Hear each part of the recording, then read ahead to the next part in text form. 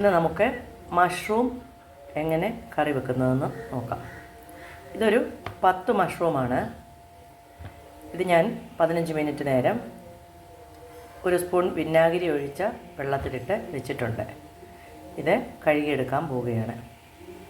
ഓരോ മഷ്റൂമും എടുത്ത് ഞാൻ അതിൻ്റെ ഈ സ്കിന്നങ്ങ് കളയും.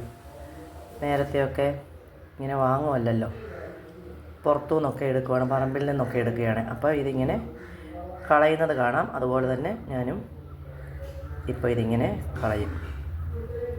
അതിന് ശേഷമാണ് കറി വെക്കാൻ എടുക്കുക.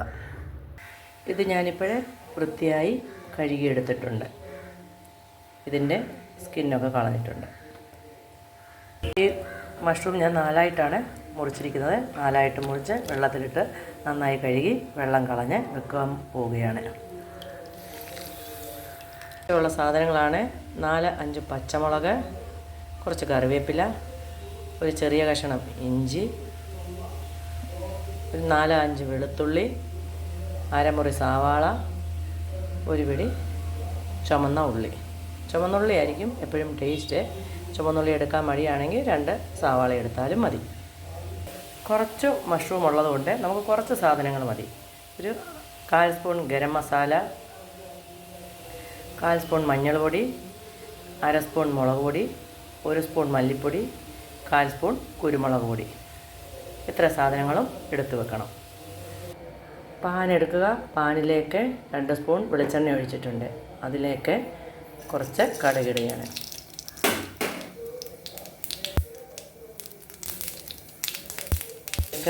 ചതച്ച് വെച്ച ഇഞ്ചി വെളുത്തുള്ളി ഇടുക. ഇഞ്ചി വെളുത്തുള്ളി ഒന്ന് മൂക്കുമ്പോൾ അതിലേക്ക് അരിഞ്ഞു വെച്ച ചുമന്നുള്ളി, പച്ചമുളക് മുതലായ സാധനങ്ങൾ ഇടുകയാണ്. ഫ്ലെയിം ലോ ആക്കി നന്നായിട്ട് വഴറ്റുക. ഒരുവിധം നന്നായി വഴറ്റിയിട്ടുണ്ട്. ഇതിലേക്ക് ഈ മഷ്റൂമും കൂടെ ഞാനൊന്ന് ഇടുകയാണ്.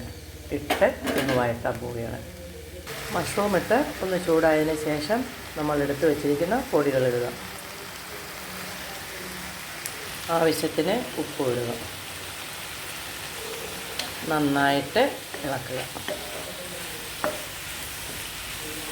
വെള്ളം ഒട്ടും തന്നെ ചേർക്കരുത്. ഫ്ലെയിം ലോ ആക്കിയിട്ട് 10 മിനിറ്റ് വേവിക്കുക. ഇടയ്ക്കിടയ്ക്ക് ഇളക്കണം. മഷ്റൂം റെഡി ആയിട്ടുണ്ട്. മഷ്റൂം ഇങ്ങനെ വേണമെങ്കിൽ നമുക്ക് കറി വെക്കാം. അല്ല, ഇതിലോട്ട് തേങ്ങാപ്പാലൊഴിച്ച് ഒന്ന് തിളപ്പിച്ച് വേണമെങ്കിലും നമുക്ക് കറിയായിട്ട് ഉപയോഗിക്കാം. ചപ്പാത്തിക്കൊക്കെ നല്ല ബെസ്റ്റ് കറിയാണ്. അപ്പം നമ്മുടെ മഷ്റൂം കറി റെഡി ആയിട്ടുണ്ട്. വീണ്ടും കാണാം.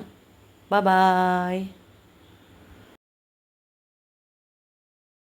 ഇത് ഞാനിപ്പോൾ ചുമ്മാ അതൊരു വീഡിയോ ഇട്ടു എന്ന് മാത്രമേ ഉള്ളൂ.